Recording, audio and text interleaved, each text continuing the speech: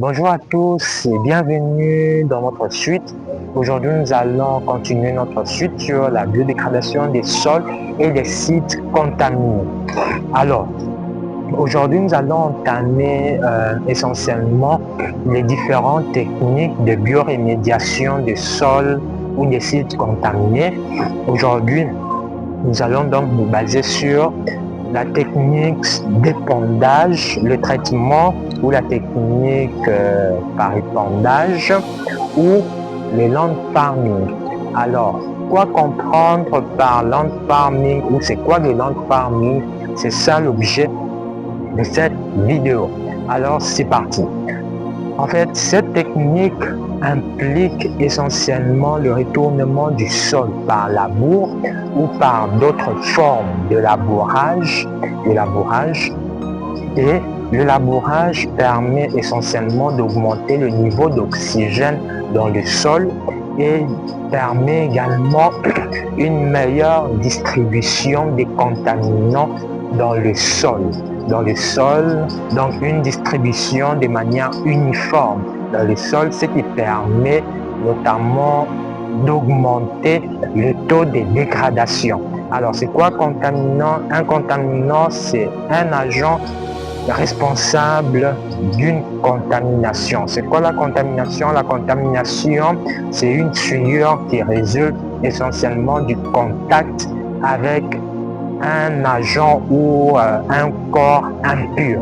Donc, le contact d'un corps pur avec un corps impur, donc c'est cette souillure qui va résulter chez le corps pur, et bien c'est ce qu'on appelle contamination. Donc c'est un peu comme un homme souffrant par exemple de la lèpre qui part en contact avec un homme qui est pur, qui n'a pas de la lèpre, et la personne qui va attraper la lèpre par contact, eh bien on dira que cette personne-là a été contaminée. Donc c'est un peu cela, dans ce sens-là. J'espère que vous avez compris. En fait, alors c'est parti.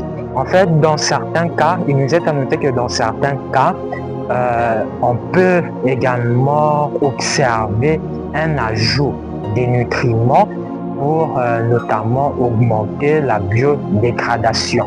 En fait, les nutriments peuvent être comprises comme de la nourriture. Donc, la nourriture, ou ça peut aussi être compris comme des éléments qui peuvent être facilement assimilés ou absorbés par certains types d'êtres vivants. Alors j'espère que vous avez très bien compris. Et un point à noter, c'est que cette technique est mieux adaptée. Cette technique ici de land farming est beaucoup mieux adaptée, notamment pour des cas de contamination faible des sols. Donc, c'est beaucoup plus adapté dans les cas de faible contamination des sols. Donc, j'espère que vous avez très bien compris.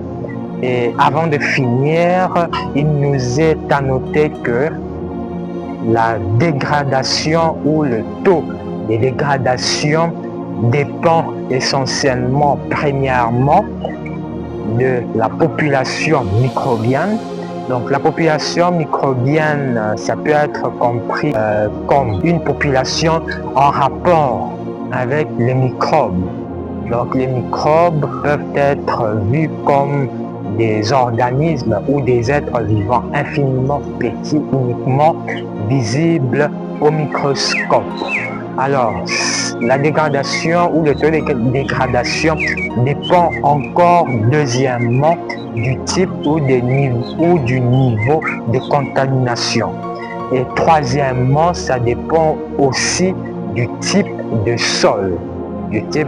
Donc ça dépend du sol que l'on a à notre disposition, donc du sol auquel on pourra être confronté, notamment en ce qui s'agit notamment des cas de contamination. Donc Avant de finir, nous avons oublié d'éclaircir un mot, c'est la biodégradation. Il s'agit juste de la détérioration naturelle, impulsée par des processus faisant intervenir des êtres vivants et tout consort. Alors, j'espère que vous avez très bien compris. Alors, on se retrouve la prochaine fois pour la suite. Ciao, je vous remercie.